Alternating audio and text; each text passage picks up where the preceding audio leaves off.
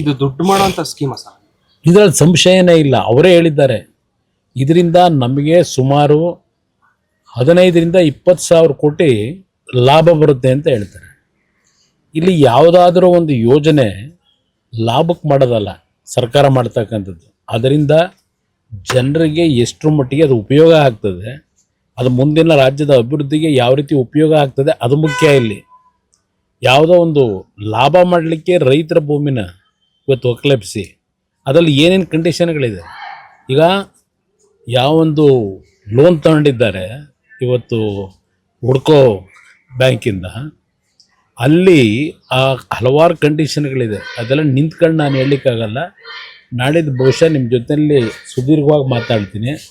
ಅವರು ಇವತ್ತು ಸರ್ಕಾರ ಇಟ್ಕೊಂಡಿದ್ದಾರೆ, ಮುಖ್ಯಮಂತ್ರಿ ಇದ್ದಾರೆ, ಏನು ಬೇಕಾದರೂ ಮಾಡ್ತೀನಿ ಅಂತಕ್ಕಂಥ ಅವರ ಉದ್ದಟತನ ಏನಿದೆ, ಇದಕ್ಕೆ ನಂದೇನು ತಕರಾರಿಲ್ಲ. ಅವ್ರ ಪಾಡಿಗೆ ಅವ್ರು ಮಾಡಲಿ. ನಾವು ಈ ದೇಶದ ಕಾನೂನು ವ್ಯವಸ್ಥೆ ಒಳಗೆ ನಾವು ರೈತರ ಪರವಾಗಿ ಕೊನೆ ಹಂತದಲ್ಲಿ ಹೋರಾಟ ಏನು ಮಾಡಬೇಕು ಮಾಡೋಣ. ಯಾಕೆಂದರೆ ಒಂದು ಉದಾಹರಣೆ ಕೊಡ್ತೀನಿ. ದೇವೇಗೌಡರು 1994ರಲ್ಲಿ ಮುಖ್ಯಮಂತ್ರಿ ಇದ್ದಾಗ ನೈಸ್ ಯೋಜನೆ, ನೈಸ್ ಕಾರ್ಯಕ್ರಮ ಅಲ್ಲ ಅದು, ಅಲ್ಲಾರೋ ಅಮೇರಿಕಾದ ಒಬ್ಬರು ಗವರ್ನರ್ ಬಂದಂಥದ್ದು, ಅವರ ಜೊತೆಯಲ್ಲಿ ಒಡಂಬಡಿಕೆ ಆಗಿದ್ದು. ಅದು ನಂತರ ನೈಸಾಗಿ ಪರಿವರ್ತನೆ ಹೊಡಿತು. ನೈಸಾಗಿ ರೈತರನ್ನ ಬೀದಿಗೆ ತಂದು ನಿಲ್ಲಿಸ್ತಕ್ಕಂಥ ಕಾರ್ಯಕ್ರಮ ಪ್ರಾರಂಭ ಆಗೋಯ್ತಲ್ಲಿ. ಅಂದರೆ ದೇವೇಗೌಡರು ಪ್ರಧಾನಮಂತ್ರಿಗಳಿಗೆ ದೆಹಲಿಗೆ ಹೋದ ಮೇಲೆ ಮುಂದೆ ಬಂದಂಥ ಸರ್ಕಾರಗಳು ಆ ಒಂದು ಕಂಪ್ನಿಗೆ ಪಾಲಿಷ್ ಮಾಡ್ಕೊಂಬಂದರು. ಅವ್ರು ಹೇಳಿದ್ದಕ್ಕೆಲ್ಲ ಸೃಜು ಹಾಕೊಂಬಂದ್ರು ಹೆಬ್ಬೆಟ್ಟು ಹೊತ್ಕೊಂಡು. ಹಾಗೆಲ್ಲ ಇವರೆಲ್ಲ ಪಾತ್ರಧಾರಗಳಿದ್ದಾರೆ. ಇವರು ಅವತ್ತೂ ಸಹ ಈ BMICP ಅಂತಕ್ಕಂಥ ಒಂದು ಇದು ಮಾಡ್ಕೊಂಡ್ರಲ್ಲ ಬೋರ್ಡು, ಅದಕ್ಕೆ ಚೇರ್ಮನ್ ಇವರೇ. ಈಗ ಗ್ರೇಟರ್ ಬೆಂಗಳೂರಿಗೂ ಇವರೇ ಹಿಂದ್ಗಡೆ ನಿಂತಿದ್ದಾರೆ. ಈಗ ಆ BICP ಇದೆಯಲ್ಲ, 1 ಲಕ್ಷಕ್ಕೂ ಹೆಚ್ಚಿನ ಎಕರೆ ಅವತ್ತು ಅಕ್ವೈರ್ ಮಾಡಿ ಅದರ ಚೇರ್ಮನ್ ಆಗಿ ಇದು ಎಲ್ಲಿಗೆ ಬಂತು ಇವತ್ತದು? ಇವತ್ತು ಅವರ ಹಿಂದೆನೇ ಓಡಾಡ್ತಾ ಇದೆ ಅದು. ಬೆಂಗಳೂರು ಸುತ್ತಮುತ್ತ ಎಷ್ಟು ಭೂಮಿ ಇವತ್ತು ಇವರ ಸ್ವಾಧೀನಕ್ಕೆ ತೆಗೆದುಕೊಂಡಿದ್ದಾರೆ. ಇವರ ಒಂದು ಸುತ್ತಮುತ್ತ ಇರತಕ್ಕಂಥವ್ರು ಅವ್ರು ಏನೇನು ಮಾಡ್ಕೊಂಡಿದ್ದಾರೆ ಅಲ್ಲಿ ಇದತ್ರ ನೋಡ್ತಾ ಇಲ್ವಾ? ಟೋಲ್ ಹತ್ರ, ಹೊಸಕೆರೆಯಲ್ಲಿ ಟೋಲ್ ಹತ್ರ ಬಿಲ್ಡಿಂಗ್ಗಳು ಬರ್ತಾ ಇದ್ದಾವಲ್ಲ, ಏನೋ ಅದು ಆ್ಯಕ್ಚುಲಿ ಬಡವರಿಗೆ ಕೊಡಕ್ಕೆ ಮಾಡಿರೋ ಕಾರ್ಯಕ್ರಮ, ದುಡ್ಡು ಹೊಡೆಯೋ ಕಾರ್ಯಕ್ರಮ ಅಲ್ವಾ ಅದು?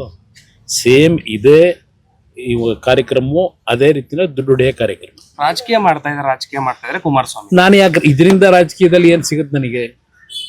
ಇದು ನಾನು ಭಾಳ ಸ್ಪಷ್ಟವಾಗಿ ಹೇಳ್ತೇನೆ. ಆಗಿದ್ದರೆ 2006ರಲ್ಲಿ ನಾನು 5 ಟೌನ್ಶಿಪ್ಪನ್ನು ಬೆಂಗಳೂರಿನ ಒಂದು ಒತ್ತಡಕ್ಕೆ ಸ್ಟಾಪ್ ಆಗಿ ಮಾಡಬೇಕು ಅಂತ ಹೊರಟನಲ್ಲ, ಅವತ್ತು ಏನು ಮಾಡಿದ್ರು ಇವರು? ಸ್ವಲ್ಪ ಜನಗಳ ಮುಂದಿಡಿ. 5 ಟೌನ್ಶಿಪ್ ಮಾಡ್ಲಿಕ್ಕೆ ಹೊರಟಾಗ ಇದೇ HK ಪಾಟೀಲರು ಈಗಿನ ಕಾನೂನು ಈಗಿಲ್ಲ ಪಾಪ ಮಂತ್ರಿಗಿರಿನ ತೆಗೆದುಬಿಟ್ಟವ್ರೆ. ಅವರ ಅಧ್ಯಕ್ಷತೆಯಲ್ಲಿ ಒಂದು ಕಮಿಟಿ ಮಾಡಿ 5 ಭಾಗದಲ್ಲಿ ಕುಮಾರಸ್ವಾಮಿ ಅವರು ಮಾಡ್ಲಿಕ್ಕೆ ಹೊರಟಿರೋದು ದುಡ್ಡು ಹೊಡೆಯೋ ಕಾರ್ಯಕ್ರಮ, ರೈತರನ್ನ ಒಕ್ಕಲೆಬ್ಸೋ ಕಾರ್ಯಕ್ರಮ ಅಂತೇಳಿ ಮಾಡಿದ್ರಲ್ಲ, ಅದು ರಾಜಕೀಯ ಅಲ್ವಾ?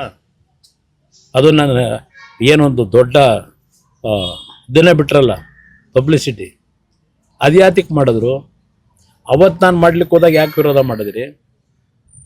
ಈ ತಾರ್ಕಿಕ ಅಂತ್ಯ ಹೇಗೆ ಸರ್? ಈಗ ನಾವು ಕೋರ್ಟ್ನಲ್ಲಿ ಜನಗಳ ಪರವಾಗಿ ಏನು ನ್ಯಾಯಾಲಯ ಏನಿದೆ, ಇದರ ಹಿನ್ನೆಲೆ ಏನಿದೆ, ಇದರಿಂದ ಆಗ್ತಕ್ಕಂಥ ಸಾಧಕ ಬಾಧಕಗಳೇನು, ಇದೆಲ್ಲವನ್ನ ಕೋರ್ಟ್ ಮುಂದೆ ಇಟ್ಟು ಕಾನೂನಿನ ವ್ಯಾಪ್ತಿನಲ್ಲಿ ಏನು ಅವ್ರಿಗೆ ನ್ಯಾಯ ಕೊಡಿಸ್ಲಿಕ್ಕೆ ಪ್ರಯತ್ನ ಪಡ್ತೀವಿ. ತಾವೇ ಹಂಗಿದ್ರೆ ತಾರ್ಕಿಕ ಅಂತ್ಯ ಕೋರ್ಟ್ ಮುಂದೆ ಹೋಗ್ಬೇಕು, ಬೇರೆ ಏನಿಲ್ಲ. ಇಲ್ಲಿ ರಾಜಕೀಯ ಮಾಡೋದೇನಿಲ್ಲ. ಆ ರೈತರು ಏನು ಕಳೆದ 450-500 ದಿವಸದ ಹೋರಾಟ ಮಾಡ್ತಾ ಇದ್ದಾರೆ, ಅವರ ಪರವಾಗಿ ನಿಲ್ಲಬೇಕಾದಂಥ ಜನಪ್ರತಿನಿಧಿಗಳು ನಮ್ಮ ಕರ್ತವ್ಯ ಇದೆ, ಆ ಕೆಲಸ ಮಾಡ್ತೀವಿ. ನ್ಯೂಸ್ ಫಸ್ಟ್ ನಿರ್ಭೀತಿಯಿಂದ ನಿಮ್ಮ ಪರವಾಗಿ.